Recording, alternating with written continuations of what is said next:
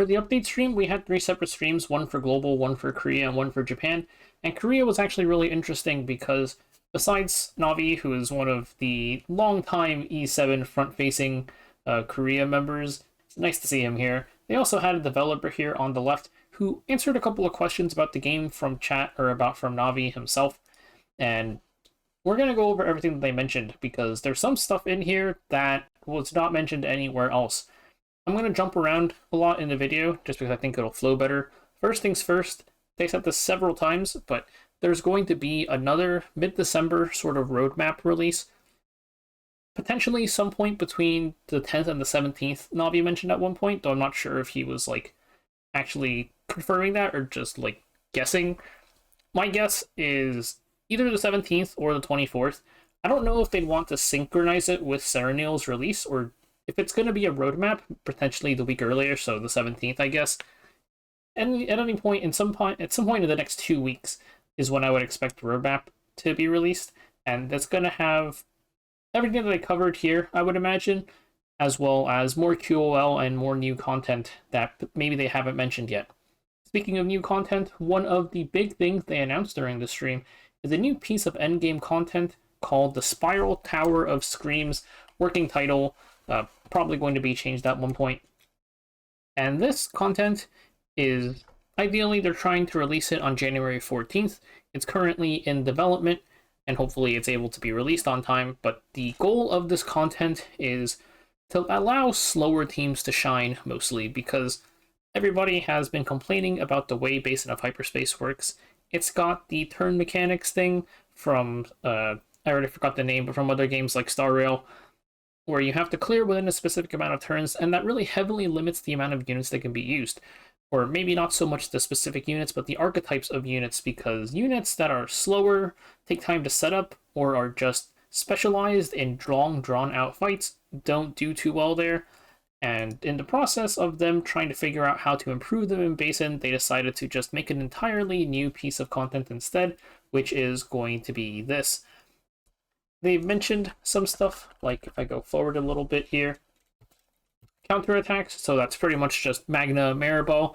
Magna, pretty underwhelming, I would say, as a character, so it'd be nice to have a place for her to shine. And other, like, types of slow characters, I would imagine, might get a chance to shine here. They mentioned that it's specifically focused on just clearing the content, rather than clearing it in a fast amount of time or fast amount of turns. Focuses on more on clearing. No turn limits at all, and their goal is to have it allow a bunch of different play styles, especially ones that haven't been super viable in the current existing content. I mentioned that it's going to be released on January 14th, ideally, but there will also be like developer notes going over the content before it releases, of course. I mentioned Magna being pretty underwhelming, and one thing they announced was that, I think it's like 113 here. So they mentioned potential character buffs that are coming up, and Orlia is the one they mentioned by name. He mentions that the reason he brought up specifically Orlia is because he's an Orlia player.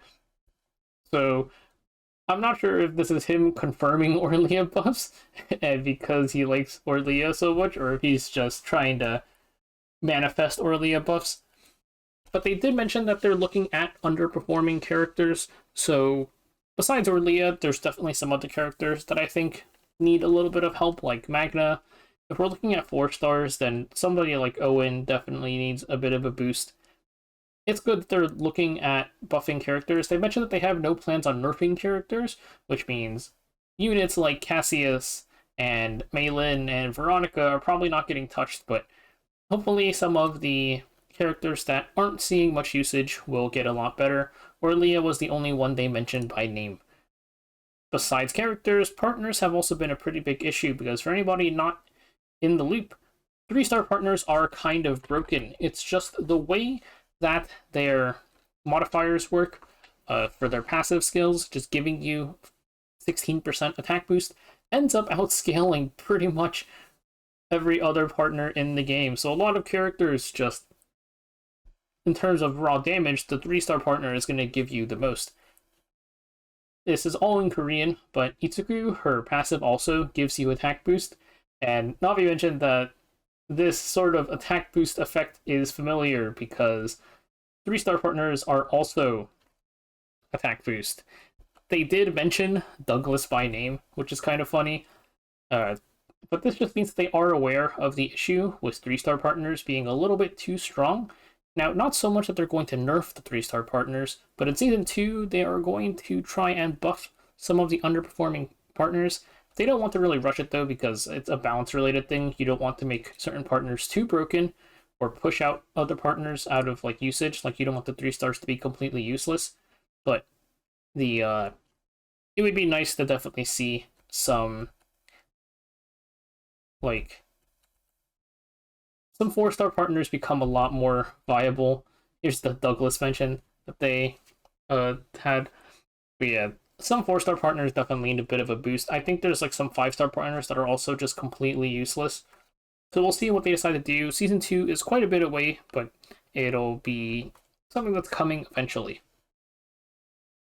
This is kind of just a very quick mention, but they did mention on the stream that the new sets, like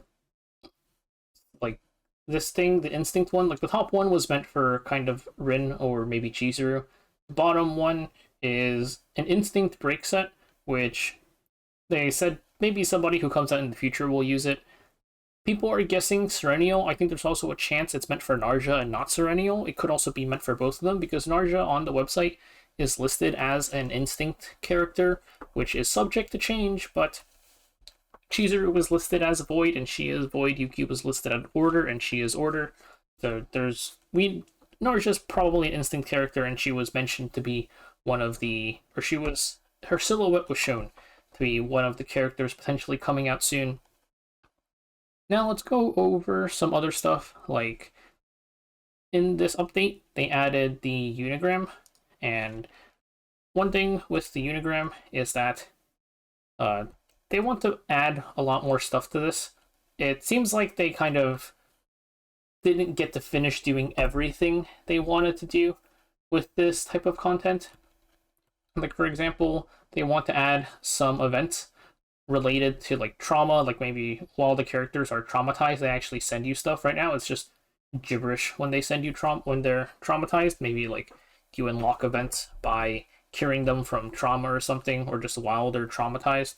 Another thing is also characters have specific gifts that they like right now, but nothing like really happens when you give them the gift. It just gives them more affinity.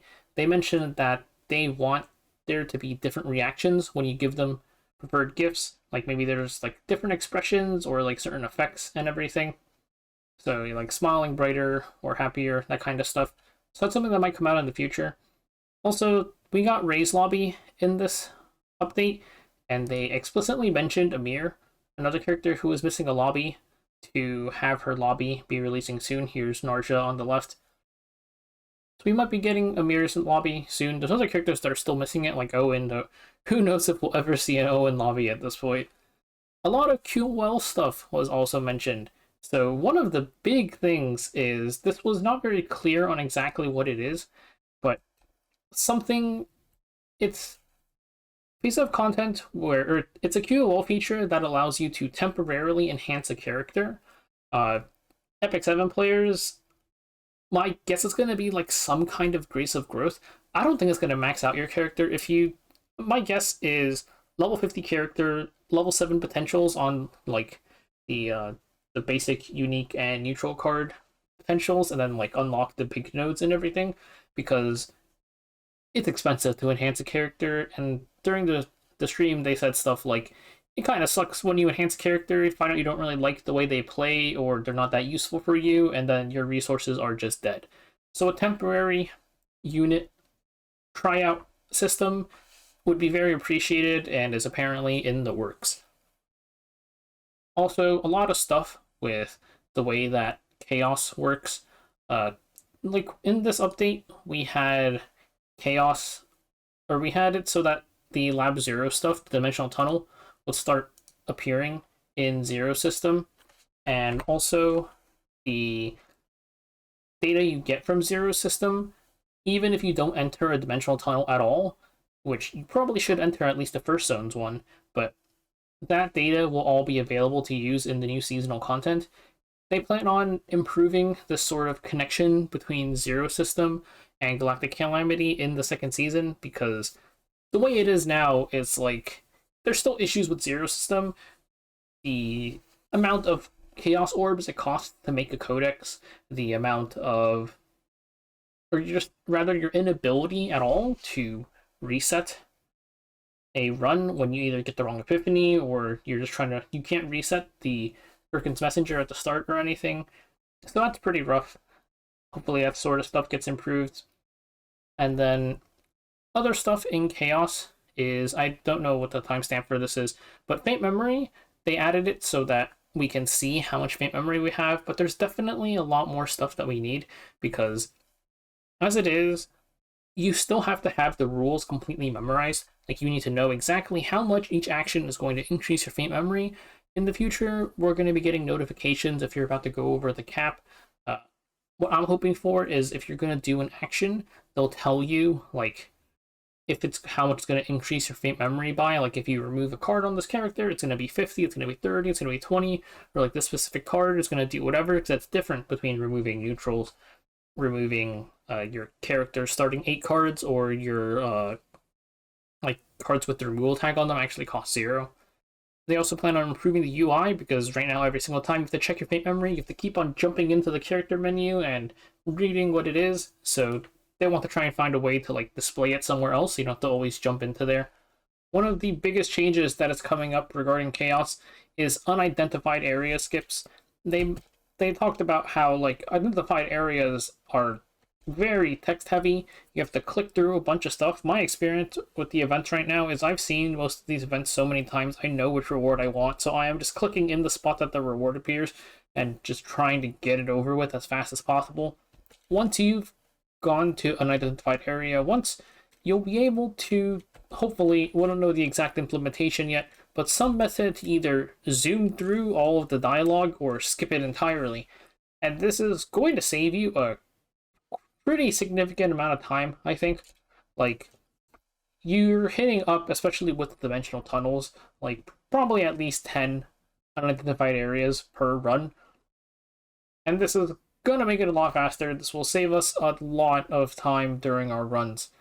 Besides Chaos Event skips, they mentioned a different kind of skip, which is over here-ish. So it's a story skip, because I think this is probably more aimed towards newer players to also force, like, it's basically just getting through the story as fast as possible so you can start doing the gameplay is going to be an option, because not everybody's interested in story. People have complaints about the story, but even in games where story is good, a lot of people just don't really care. So story skip is going to be pretty nice to have just for anybody who wants it. And then another kind of skip that I talked about is over here, 136 over here. So they're talking about sweeping here, and we're not going to be getting sweeping, but we're getting something similar, which is just a flat, or like a straight reward multiplier. Because right now, for the stuff besides memory fragments, you can enter the stage 3 times. There's 3 waves. You spend 60 energy to do 3 waves, or 20 energy to do 1. Now, you can do 60 energy for 3 times the rewards in just a single run. And I think this is going to be pretty significant as well, because even though it's not exactly sweeping, I've shown the maneuvering fire strat where you can just do and the run is done in like 10 seconds. Now you don't need 3 sets of maneuvering fires anymore. You only need, well, maybe not 1, but instead of having 5 on a single character, you can spread those 5 maneuvering fires out across multiple characters, which is going to make it less of a burden to get those kinds of 5 maneuvering fire decks. You can have it so that, like, Hugo's holding 3 and Barrel's holding 2, and that's your 5. Or some of the stages, like the Order potential one, is really tanky because it's the big mass guy. So now you can just have maybe like 8 or 9 maneuvering fires and get that over with too. It also opens up stuff like somebody like Ray. You could have an E6 Ray who just gives 20% damage boost by existing and have her in your last slot, and that would be your third slot, and that would work out fine. You can have her hold Moon of Destruction that gives you fixed damage, AoE fixed damage at the start of combat could be nice too. So this is going to change a lot. Besides just making your runs 3 times faster, it's going to increase the ease of building those fast farming teams. So this is probably it's either this or the unidentified event skip that I'm the most excited for. They may be tied. That's pretty much all of the updates in this event, though. There's a lot of stuff mentioned here that I'm really excited for, like the unidentified area event skip, the not sweep, but the reward multiplier, the buffs. Oh, the buffs are going to be nice. I have a Magna that I want to use more, who I hope gets buffed a little bit. Also, the Spiral Tower of Screams, where hopefully she gets used, and anybody who's trying to play some slow teams will be able to use their characters there. Partners too, it's good to have like good free-to-play options, but it'd be nice if more like partners were usable. They got a little bit of a boost, and there's a lot of stuff here which they said like we'll get more info on this when the actual roadmap comes out. One other funny thing was, I don't know the like exact time, but we got 500 gems from this stream, and their Navi was kind of pressuring the developer because last time we had 300, this time 500, maybe more next time.